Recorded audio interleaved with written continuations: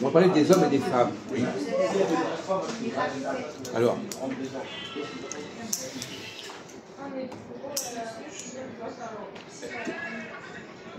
il y a les animaux. Est-ce que les femmes sont plus proches de l'animal que les hommes? Et pourquoi? Ou le contraire? Est-ce que c'est l'homme qui est plus proche de l'animal ou est-ce que c'est la femme qui est plus proche de l'animal? Voilà la question qui s'est posée l'autre jour, mais je ne sais même pas si s'en souvient. D'après quels critères? On avait développé des critères. Ouais. Ah, moi je dirais que c'est plutôt la femme.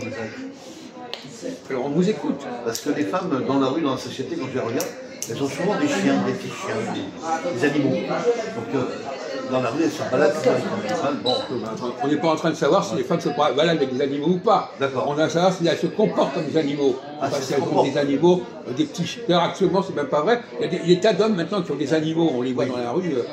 C'est même plus le problème. Ah, qui se comportent comme un animal, c'est ça que tu veux dire? Oui. Oui, et qu'est-ce que vous avez compris? Qu'est-ce que vous avez compris? Qu'ils avaient des animaux, c'est ça que la question qui t'est posée? Non, c'est pas ça. Alors c'est quoi ta question qui est posée? Bon.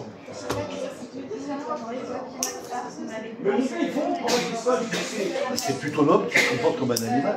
Ah bon, ben alors allez-y, on vous écoute, mon vieux. Attendez, on ne s'est pas en train de dire que vous avez raison ou pas. Je vous écoute. Hein. Après, on verra.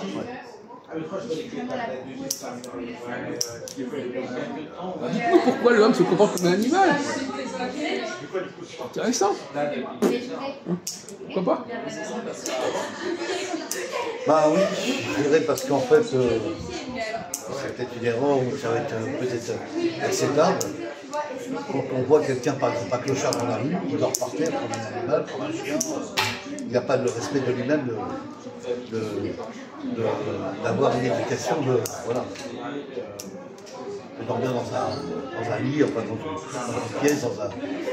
Ça, c'est des cas particuliers, ça, c'est des marginaux, etc. Oui, enfin, oui. Vous prenez un exemple qui n'a aucun sens. Bon, alors, allez-y. Bon, parce qu'il n'y a pas trouvé, alors, allez-y, donnez votre réponse. La femme est plus proche de l'animal. Parce que la femme, elle ne réfléchit pas. C'est quoi? La femme ne réfléchit pas. Parce que j'ai dit, allez-y, mon vieux, allez-y, racontez votre truc à vous. Ah ouais, parce que la femme, elle utilise son odorat.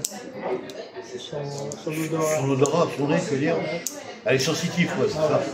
D'accord. Donc par rapport à ça, c'est un peu comme un animal qui renifle, en fait. Voilà. D'accord. Comme un chien, par exemple, qui renifle les odeurs ou les... D'accord. Oui, effectivement, ça... Elle est très sensible à ça, oui. Et elle se repère par rapport à ça, alors que l'homme n'a pas tellement ce comportement. Oui, c'est vrai, il est plus dans le regard, dans l'observation. Voilà. Donc, il y a une animalité de la femme. Effectivement, tu as raison, Ahmed. Non, mais il n'a pas raison, il répète ce que j'ai dit. Ouais, exactement. Tout à fait. Tout à fait. Donc ça donne un... Bon, d'un autre côté, ça c'est un point, d'un autre côté, forcément on raisonne comme ça, une chose qu'on manque. Alors qu'est-ce qu'elle ne capte pas, la femme? Si elle capte les odeurs, qu'est-ce qu'elle ne capte pas? Voilà. Ah oui, parce qu'il y a toujours un revers à la médaille. Si elle fait un truc là, il ne sera pas là. Si elle fait attention à une chose, à quoi elle ne fait pas attention? Voilà la question que je vous pose. Qu'elle n'écoute pas, peut-être. Comment? Elle écoute, elle n'est pas à l'écoute, non? Elle n'écoute pas? Elle n'écoute pas. Elle ne fait pas assez attention à ce qui se dit, à ce qui s'écrit.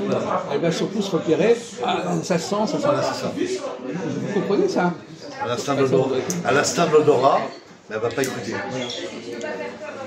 Elle va se repérer sur des critères qui sont les mêmes que ceux des animaux. Oui, c'est ça. Et un animal ne va pas réagir à un texte. Non. Il ne va pas réagir à des paroles. Donc on voit bien la différence. Alors, on avait déjà développé cette question de l'odorat.